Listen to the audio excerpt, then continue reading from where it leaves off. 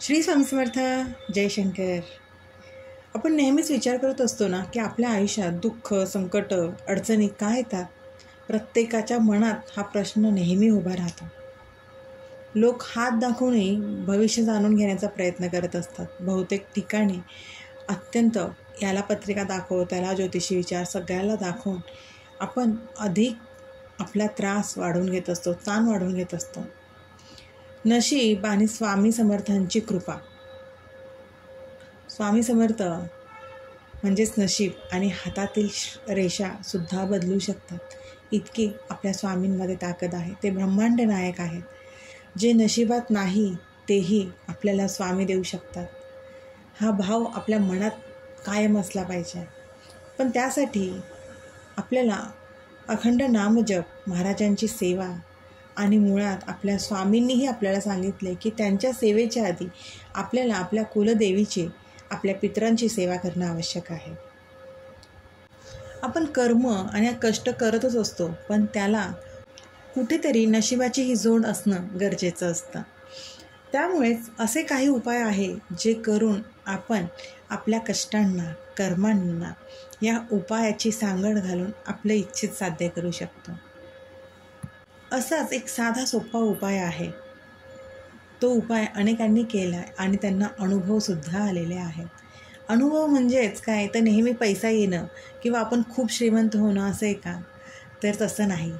आपल्या प्रामाणिक प्रयत्नांना स्वामींनी यश देणं, आपले जे काही मार्गात अडथळे येतात ते दूर होणं, हेच खरं फळ असतं. 99% आपल्याला मेहनत करायची आहे, पण 1% नशिबाची साथ मिळण्यासाठी ही आपल्याला गरज असते.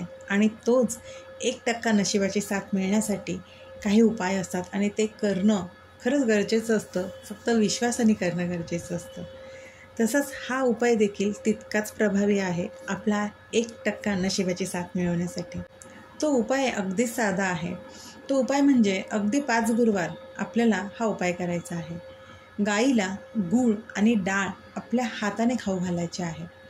हाताने खाऊ घालायचे आहे म्हणजे आपल्या तळहातावरती डाळ आणि गूळ ठेवून आपले दोन्ही तळहात गाईच्या पुढे ठेवायचे.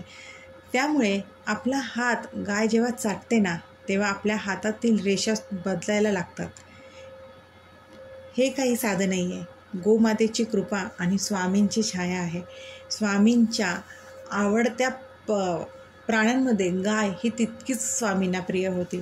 अजूनही स्वामींच्या हयातीत असलेली गाय आणि त्याचं वारस अक्कलकोटमध्ये समाधी मठामध्ये आहे. इतकी गाय स्वामींना प्रिय होती.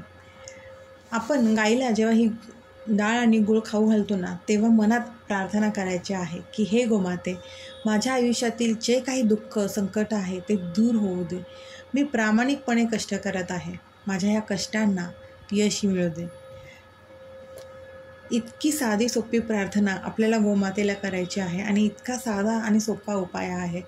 पण हा उपाय तितकाच प्रभावी आहे. गरज आहे ना ती फक्त आपल्याला श्रद्धेने करण्याची. आपल्याला 5च गुरुवार हा उपाय करायचा आहे. एखादा गुरुवार चुकला तर हरकत नाही आहे.